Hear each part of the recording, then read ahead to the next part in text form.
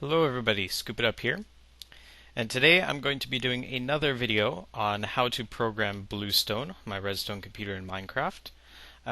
It occurred to me after reading a comment in my last programming video that I didn't really explain enough to be able to program the computer, mainly on how to prioritize data and execution functions and how to organize it in the code, basically the syntax of the program. So I am going to do another video where I basically make a couple programs with you guys, and hopefully all the knowledge that you need to create your own programs I will cover. If not, send me a comment and I will be sure to answer it in the comments, and if need be I will make another video. So what I'm going to be doing first is I'm going to be showing you guys a program that will take two user inputs. So I'm going to have two user inputs here, input 1 and 2, and I'm going to find the difference between them. So rather than just subtracting the two, I'm actually going to find the difference. Now what that means is if I have a value of 8 and if I have a value of 2, if 8 subtract 2 is 6, but 2 then I have a positive number, but 2 subtract 8 will give me negative 6. But what I want to do is I want only positive values. So what I'm going to do is a function called a modulus subtraction. Basically, no matter what two values I have, I'm going to be finding the positive difference between them. And this is very useful. For instance, in my demo program, where I draw a line between 2 points on a screen, if you know linear algebra, you need to find slope, which is delta y over delta x. And delta means the change in two values, which is always positive. So that's what we're going to do. So the first things first, we need to be able to load the two numbers in the user input into memory. So let's go over here and let's look at our memory functions. So we need to read from a register and save to RAM. We're going to read from user input 1 and 2, and we're going to save to RAM, let's say 1 and 2. So two separate lines of code, each one with the white wool as 1. So we're going to go over here, we're going to look at what address we're going to be loading from. We're going to be loading from 0001 and 0010, 1 and 2, for user input 1 and 2. And we're going to be saving to a 4-bit RAM address 1 and 2. So we're going to go over here. We're going to set these two values, and for these two simple programs, I'm just going to program it here. I don't need any more than the first 15 lines of code, so I'm not going to bother copying and pasting, but I will demonstrate copying and pasting in this video, don't worry. So 1, we're going to be saving to RAM 1 and 2, and we're loading from user input 1 and user input 2. Then we're going to go over to our go-to, and because our address is going to be 0, our condition will always be false, and therefore we don't need to worry about if the condition is true. We're just going to go to line 2 and then to line 3. So if we're on line 1, it's going to go to line 2 to line 3. In line 3, what we're going to do is we're going to take those two inputted numbers and we're going to save them to the ALU. So we're going to read, RAM, and save to register, which means this white wool is going to be 0. We're going to take let's say address 1 and save it to bus A, and address 2, save it to bus B, and we're going to save it to the ALU. So A is going to go to ALU A and B is going to go to ALU B. And so the code for that is 0001. So we're going to go over here. In line 3, we're going to, in A, output RAM 1, and in B, output RAM 2 to the ALU. This is 0 because we're writing or reading from RAM and saving to register. And now we're going to go to the go-to and go to the next line, which is line 4. In line 4, so basically any ALU functions, including the comparator, basically require you to first input the two numbers into the register. So that's what line 3 is doing. We're taking the two values we want to put in the ALU and saving to the register. Now once those are saved to the ALU, in the next line of code is where we're going to actually do the execution of the ALU. So we're going to input what we want the ALU to do, and in the same line of code we're going to tell the ALU to save that data to a RAM location. In the same way, if we wanted to use the comparator, um, we would take those two values, which are now saved into the ALU register, and in the next line of code, which is here, line 4, is where we can now access and check if, say, line A is greater, or I mean, value A is greater than B, or B is greater than A, or if they're equal to each other. It must happen in the next line. So that's what we're going to do. We're actually going to check which one is greater. And based on which is greater, we're either going to take A subtract B or B subtract A. So we're going to go over here and we're going to say, okay, we're going to look if A is greater than B. And that's 1, 1, 0, 0.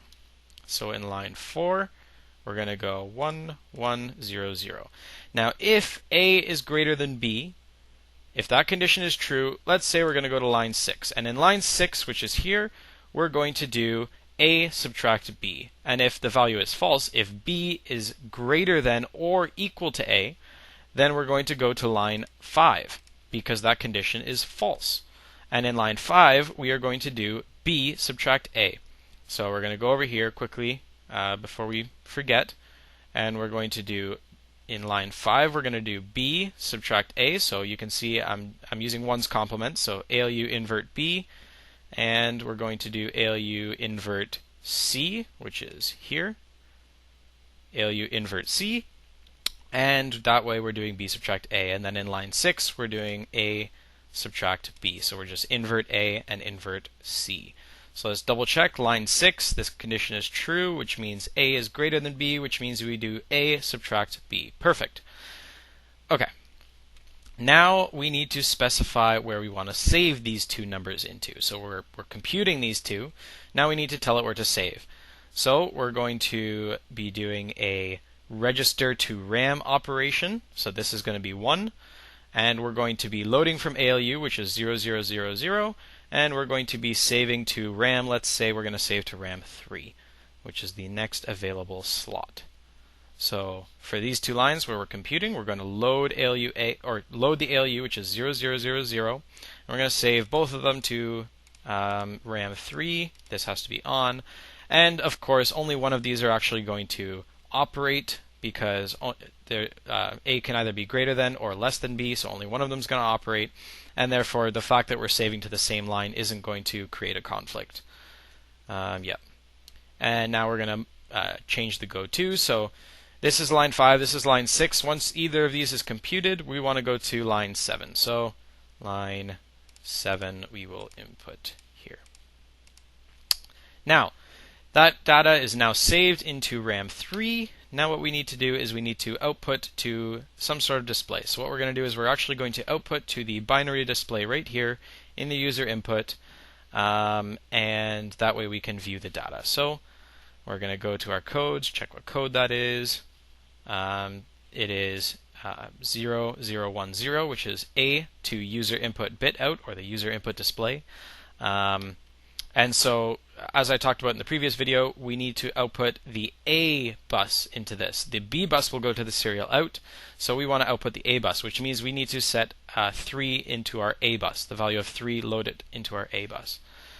So we're going to go to the line 7. This is where we computed. This is line 7. We're going to output 3, and we're going to save to the ALU, and this is on. Is it on? No, it's not. Never mind. I lied. We're saving to 0, 0, 1, 0 to 2, which is the display. Now, if we were to just leave it at that, in this line of code, we're not going to any address. We're going to address 0, which means that the computer will shut off. If we go to address 0, the computer will automatically shut off. That's how you can shut off the computer through program memory, and it will shut off the computer. However, with BlueStone, I actually created a system where all of the registers of the computer, including this register here, will get cleared on shutdown. And I don't have any options. Like over here I have options of what to clear on shutdown, and if this is on, it'll clear RAM and the flags. If this is on, it'll clear the screen, or I can manually clear them. But there is no way to select if I want to clear the registers. So what I'm going to do is I'm going to tell the computer to wait on line 7, outputting this output until I press a button. Now when I press a button, let's say logic 1, it's going to acknowledge that I pressed it, and it's going to continue to the next line of code, which will be to shut the computer off and reset the screen. So, on line 7, where we're outputting the display, which is here, we're going to look for user input 1, which, if we look over here, is 0101, user input logic 1. And if that value is false, which means it's not pressed, we want to go right back to line 7. We want to run line 7 again. We want to just keep outputting to that screen. However, if that value is true, the button's pressed, we want to go to address 0 so the computer will shut down. And that's about everything. So let's run the program. Go over here to the user input and run it. So our two inputs need to be inputted before we turn on the computer.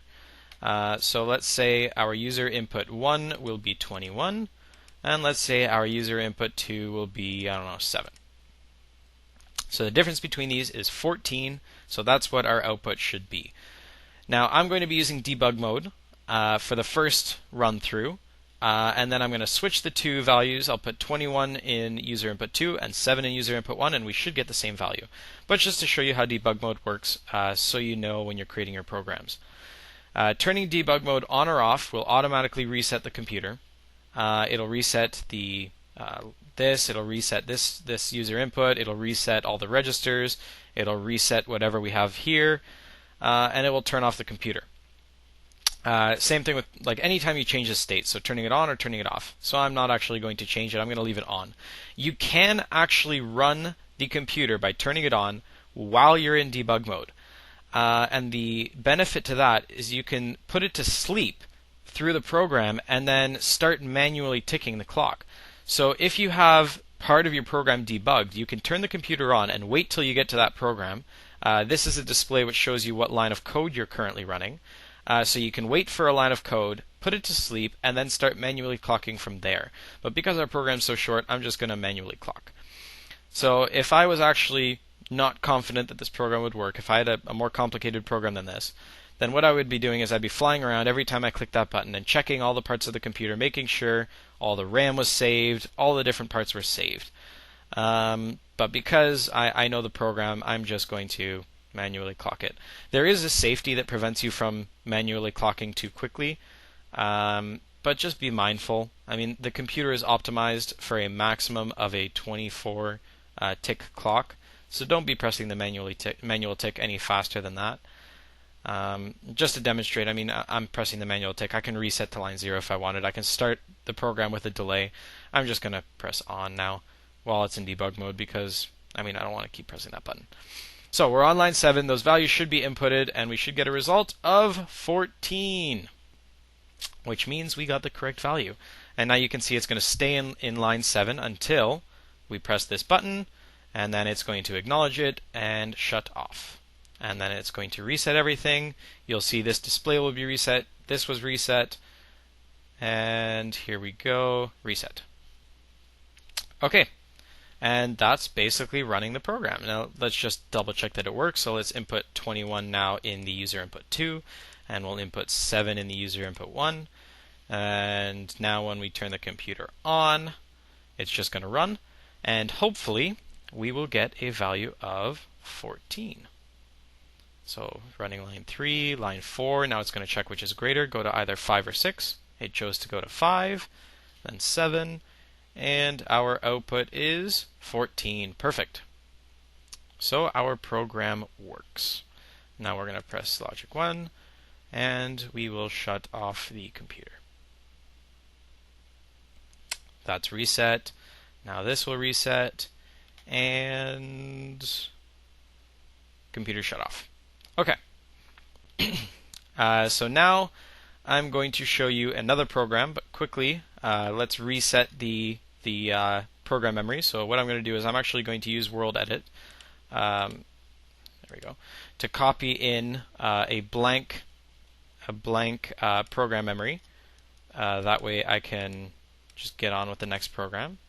So I'm going to stand in a known corner. I'm just going to stand here, copy, and then while chunks load, fly over here. on here, paste, and bam, our program's cleared. So the next program is going to talk about the display. Now before I get to the actual program, it was addressed in one of the comments that I never talked about what has priority. So I talked about the fact that you can save and clear the screen at the same time, but I never talked about if you were to save and clear the same pixel or the same set of pixels, would those pixels turn on or would they turn off? Now I actually, after reading that comment, thought about it and decided to provide this. So here is a little system where if it's off, it prioritizes clear, and if it's on, it prioritizes draw. And basically it's just a multiplexer. On one set it goes on a small delay, on another set it goes on a large delay, and that way either the clear goes first or the save goes first. So yeah, I thought that was a good addition in case you wanted it. So yeah, what the program I'm going to make now will do. A very, very, very simple program, and I'll show you basically why this computer is so fast with, especially with graphics processing or outputting to the screen. Because what I'm going to do is I'm going to input an XY coordinate in the user input, and I'm going to output to the screen. And I can actually do that in 3 lines of code. So first, I'm going to read from a register, user input 1, and save to RAM. So I'm going to do that twice, one for each user input. So here we're going to load from a register, save to RAM. We're going to go RAM 1 and 2 from user input 1 and 2. We're going to change the go to, so we're just going to say go to 2, go to 3. And then in line 3, what we're going to do is we're going to load these 2 values. So over here, we're going to read from RAM and save to register, which means that this value is going to be 0 instead of 1. And we're going to load RAM 1 and load RAM 2. RAM 1 will go to the A bus, RAM 2 will go to the B bus, and we're going to output to 0.1 save in the form AB. So our A bus will go to X and our B bus will go to Y. Or in other words, user input will go X, user input 1 will go X, user input 2 will go Y. So we're going to go over here. Oh, and just the code for that is 0011. So we're going to go over here. In the A bus, we're outputting RAM 1. In the B bus, we're outputting RAM 2. We are outputting to the GPU pixel 1. And then we are going to do a GPU function. Now this is why, this is what differs. So in the previous program, you had to first input the values into the ALU and then in the next line perform an ALU operation. But what I chose to do is have the GPU actually work on the same line. And the reason for that is the ALU function needs to return values back to the memory, whereas the GPU function, all it really needs to do is work in the background, and it's not interacting with the rest of the computer. Once I tell it to draw the points, it's going to do its thing, and it's not going to have to return values back. So in order to save program memory space, I'm doing it all at the same time. So I'm going to do a GPU function, which means this has to be on. If it's off, it's an ALU function. These 3 bits, again, are for the clear. And this 4th bit here is for drawing, and the next 2 are our function, and we want function .mode 00. We're just going to input a pixel, we're drawing it, and that should work. So we're going to run over here.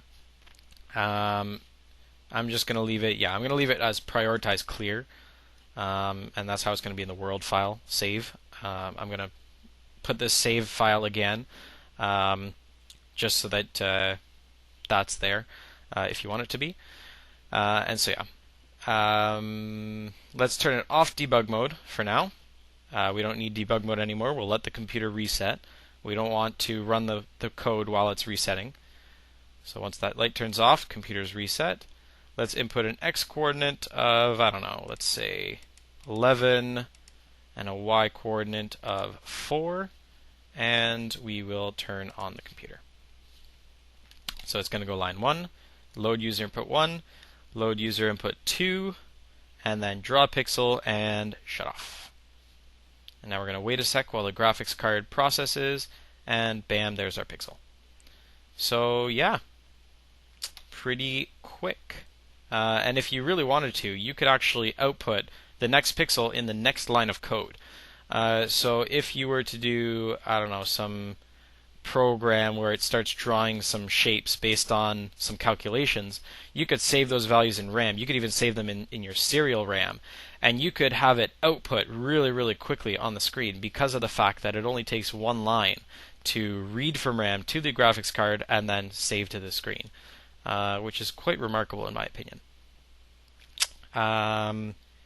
So yeah, one last thing I want to address. There have been a few people who have claimed that they have overclocked the computer. Now, some have been funny. Other claims are saying that they can overclock. However, I am here to say that they are wrong. There is quite literally no way to overclock this computer, for the simple reason that it is completely overclocked currently. So let's assume that when this line strikes, which will send the next line through the D flip-flops to the program counter, well, this is the program counter, send the next line to the decoder. That's clock tick 0. Okay? It's going to take 24 ticks for the data to go through the decoder, through the program memory, to the condition, to the address condition, through the decoder, and output a condition, which will get sent back here, loop all the way around back here, and select what line of code we want to output. It actually takes exactly 24 ticks maximum to do that. So if this clock were to happen any faster, we wouldn't be receiving our condition data until after the next line was outputted. And you can't have that. You have to have that next line, the proper line, inputted into these D flip-flops before they strike, before the clock strikes. Otherwise, an incorrect line of code will be sent, and that will cause errors. So yeah, I just wanted to point that out there. You could probably speed it up if you were to move the decoder, I don't know, closer, but really you're only speeding up by 2 ticks, and there isn't really much room for it here. So I decided just to leave the layout as is and work with the 24-tick clock. So really, currently it is overclocked, and there is 0 room for error.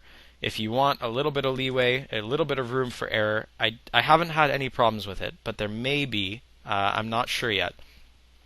You may want to increase the clock by 2 ticks.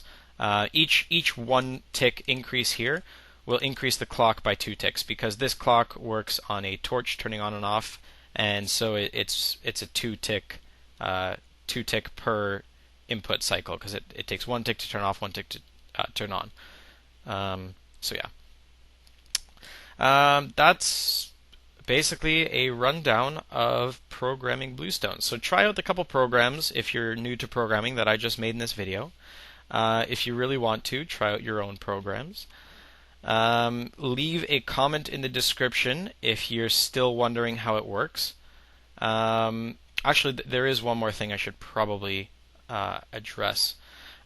So in terms of turning the flags on or off, if you turn a flag on in the first line of codes, let's say, you have to wait till the second line of code before it is before that value is into the decoder for the condition. So you can't be looking at the condition as you're turning it on or off. But to be honest, you don't really need to. Like if you're turning it on in this line, then you know that the condition is going to be true. So you shouldn't have a condition anyway. But anyway, I just wanted to point that out there. It's a one cycle latency. So yeah, that's about everything. If you guys have any questions, again, leave it in the comments. If the question is big enough, as it was this time, me completely forgetting about many things that you need to know for programming, then I will have to make another video. But if not, I will try to answer just in the comments. And yeah, thank you for watching, guys. Good luck programming. And I hope you enjoyed this. So thanks. Bye.